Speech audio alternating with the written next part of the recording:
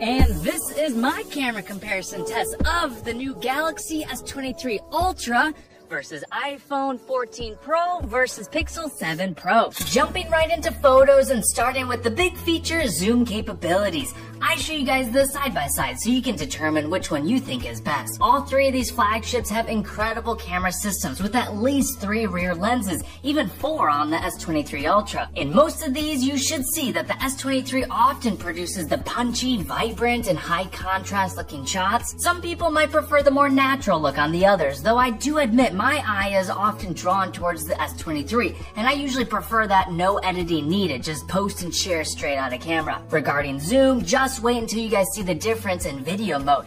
Here in photos, that extra 10x optical zoom lens on the S23 just blows the other two away. Now to be fair, Pixel puts up a very good fight, especially for its cheaper price tag, and its photo zoom is no slouch. Though poor iPhone, as usual, is a few years behind, and its 3x telephoto just can't compete at this range. Not to beat up on the iPhone too much, it still snaps some incredible looking photos. Its colors are neutral-ish, nice looking HDR. As long as you're not zooming in too far, its shots still look sharp. Though I can't lie, after snapping all these photos side by side, I usually prefer the S23 or Pixel photos. Samsung and Google are just killing it with their image processing. S23 Ultra is touting its new 200 megapixel primary sensor, and these examples are pretty nutty. If we zoom in 500%, the clarity on the Samsung is unmatched.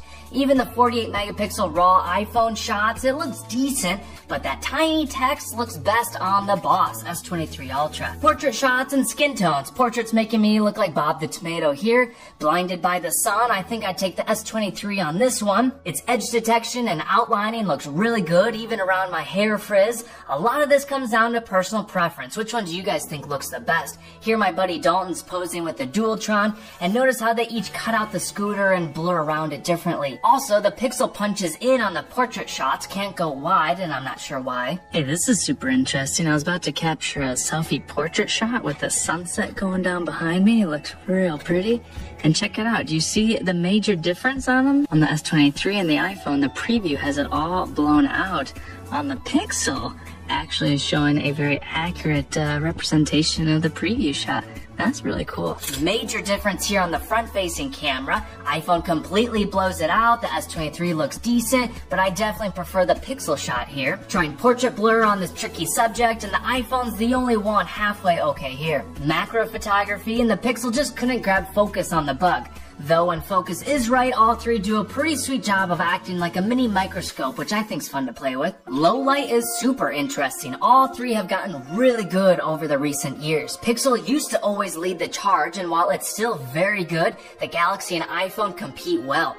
From ultra wide to primary lens, indoor and outdoor, mixed lighting with super dark conditions, all these shots are usable and impressive looking with good sharpness and low noise. Out here doing some night mode, and I found this really interesting. For both the Samsung and the iPhone, it's saying that there's enough light and it's just normal capture, but with the Pixel, it's heavily leaning towards a night shot 6-second exposure. Do you think it pays off? Honestly, now I think it sort of comes down to how long each camera takes to process these shots. This was kind of funny on the iPhone, max 30 seconds, S23 max 20 or 30 seconds.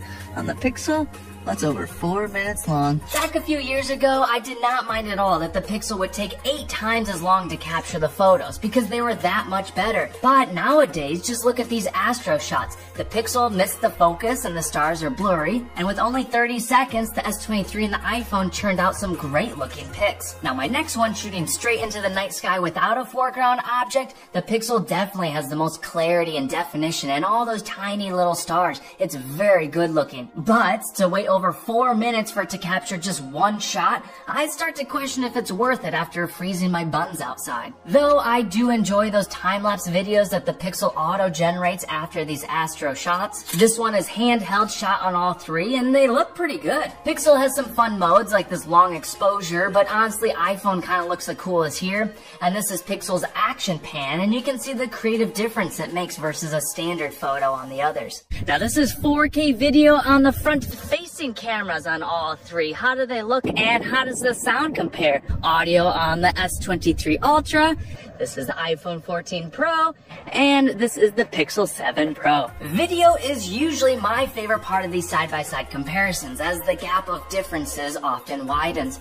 For example, look at how all three are making my black hoodie look different with varying shades of color. Also, sharpness looks great on all of them, but yet still a very different look overall. Now for a little video zoom test. Let's go in all the way across the lake to the pavilion, starting with the S23, 0.6, 1x, 3x, 10x, and we can keep zooming in all the way to 20 here at 4K. Now for the iPhone, we got 1, 2, 3, and a poopy 9 as the maximum. And then for Pixel, 0.5, 1x, 2x, and 5x on the Pixel. Then we can go an extra 20x on there. Look at the stabilization on all three. This is handheld. Honestly, they're looking pretty smooth and stable. But right away on the screen, I can tell that S23 just is gonna look the best. Not gonna lie, I really wish iPhone would get with the times and integrate a sweet 10x or periscope zoom to start competing with these other guys. Now for some 4K video, I captured some fun digger action. Keep an eye on how the camera's auto exposures change as I tilt up into the bright backlit sun.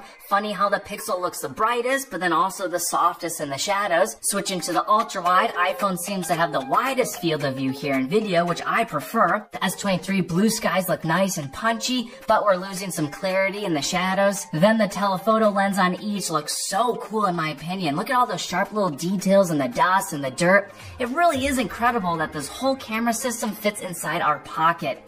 Handheld stabilization is really good too. Now for action mode. On the S23 Ultra, we've got super steady, turn that on.